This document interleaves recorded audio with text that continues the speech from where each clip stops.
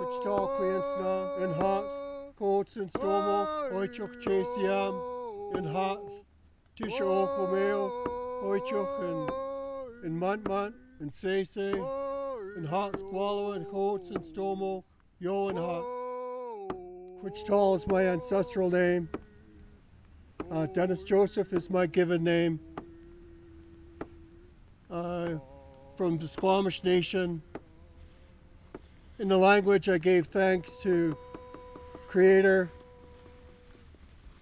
And just as you arrived, I was singing to all of our ancestors who will be here before us, giving thanks to Mother Earth and all that she provides. Welcome to our classroom, to each and every one of you, your hearts, your spirits, your strength for your safe arrival here. I'm glad I made it. Where we're going to walk here, this you can see there's a bit of an island in here, right? The dark green. Mm-hmm. That's the old forest. It's what Andy McKinnon in the book describes as an ancient forest. That's just on the steep slopes of Mount Elphinstone. We went up and had a look, and it was amazing. I think we found 10 or 12 dens and old cedar trees and hemlock trees and a whole cluster of them, and you find black bear hair and scratching that the bears had used.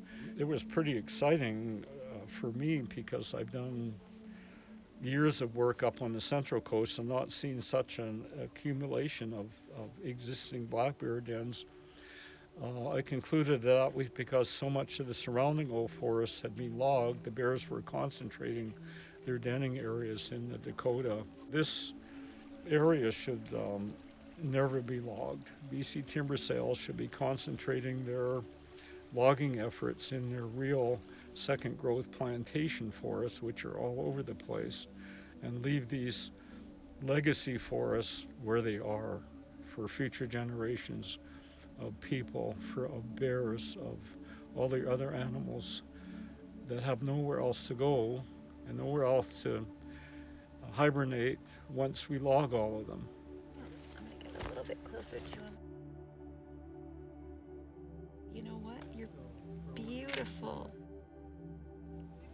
Okay. This is called a diameter tape, so it stretches the centimeters out to use the circumference to compute diameter, but yeah, 152. That's pretty big. It's a forest that hasn't been disturbed for a while because you've got this sort of variety of size and age structures. Trees in the canopy are being replaced by trees in the understory, at least over the thousands of years. So it's 2 meters and 27 centimeters through the About 8 foot in diameter. 90, 210. It's over 200 years old. It's about 210 years old. Wow. Yeah. And look how small They- it is they grow compared to the slowly. giants.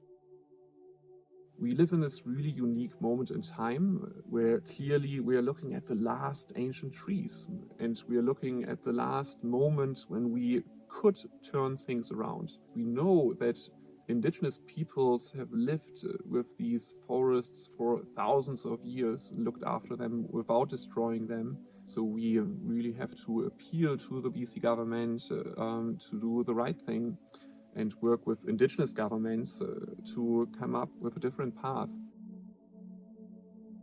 Here's Gibson's, Roberts Creek. Anything close to the coast was logged over 100 years ago, basically, as the people came in. Then all the white areas are industrial logging, the proposed cut block. That's about 64 hectares. It can't be replaced. What's there. Because of the high snow and long winters and wet summers, fires virtually never occur there. An ancient yellow cedar that's over 1,000 years old, when it eventually dies, now it has to decompose slowly. This mound, let's say the original tree that grew here, could be 3,000 years ago. We're on the watershed side of Howe Sound, and I know just from work I have done with our elders, our people have been here for a very, very long time. The Canadian government, respectively, they call them reserves. And for the longest time, our Our visitors sometimes didn't even know we existed, but we're still here.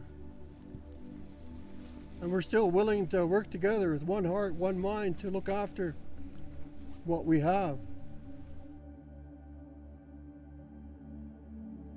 The majority of the bark harvesting took place in the 1500s, which is pretty fascinating, but not surprising, right? Because cedar was such an important material for a whole range of uses. There were basically CMTs everywhere. When these trees were stripped by indigenous people, that left the tree exposed to disease. The heart rot had eaten out part of the tree. There were even a few that looked like eventually they would become black bear dens. In a very short while, we're going to do a ceremony not far from here where we're going to send our ancestors with the Creator's blessing, some food, some clothing, and the modern markers that are there, they go back at least 5 generations. And as always, there's always teachings and messages that come across from those old people. Most of all, it's to take care of one another. Lots of work together with one heart and one mind. Sometimes it's very direct to a specific person, to walk softly,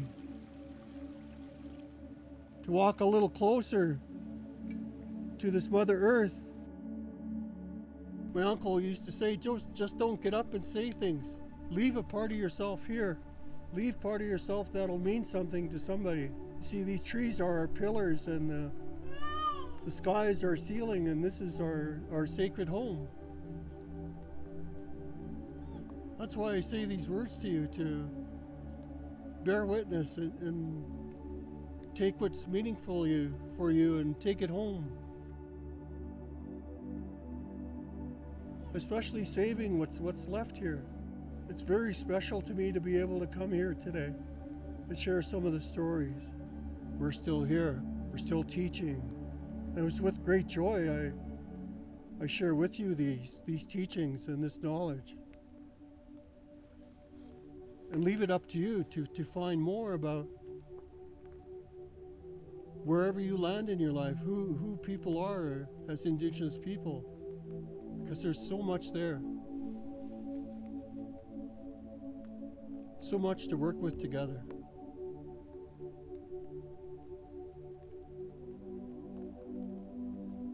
Ocean.